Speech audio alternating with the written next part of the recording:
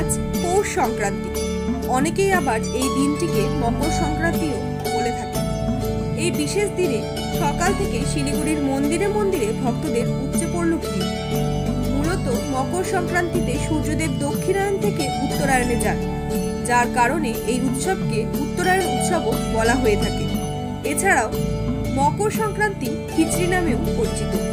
মকর সংক্রান্তিতে গঙ্গা স্নান এবং সূর্য দেবতার বিশেষ পুজো বিশেষ তাৎপর্য রয়েছে। এছাড়াও হিন্দু ধর্মে মকর সংক্রান্তির বিশেষ তাৎপর্য রয়েছে। প্রতি বছর পৌষ মাসে এই উৎসব পালিত হয়।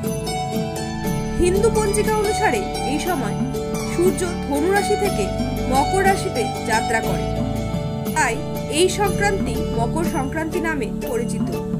তাই এদিন সকাল থেকেই শিলিগুড়ির বিভিন্ন মন্দিরে দেখা মিলল ভক্তদের ব্যাপক ভিড়। মন্দিরে মন্দিরে ছিল ভক্তদের লম্বা লাইন। আজকের এই বিশেষ দিনে সকলেই পুজো দিতে ভিড় জমান শিলিগুড়ির মন্দিরে মন্দিরে। পুজো অর্চনার মধ্য দিয়ে শুরু হয় এদিনের শুভ সকাল। Shwetashil report, news up daily.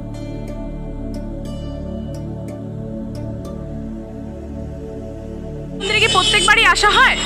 প্রত্যেক শনিবার করে আসি। প্রত্যেক শনিবার করে আসি, মাকে প্রণাম করি, মায়ের আশীর্বাদ নিয়ে যাই। মূলত তো আজকে মকর সংক্রান্তি হিসাবে তো আজকে এসেছি। শনিবার তো আসি, তাছাড়া মকর সংক্রান্তি আজকে এসেছি। কিভাবে পালন করেন দিনটি মকর সংক্রান্তি? সংক্রান্তি মায়ের পুজো করে বাড়িতে আনন্দ উৎসব করে সকালকে দান ধ্যান করে এইভাবে চলে। আপনার নাম? আমার নাম সুদীপ্ত জোয়ান্তা।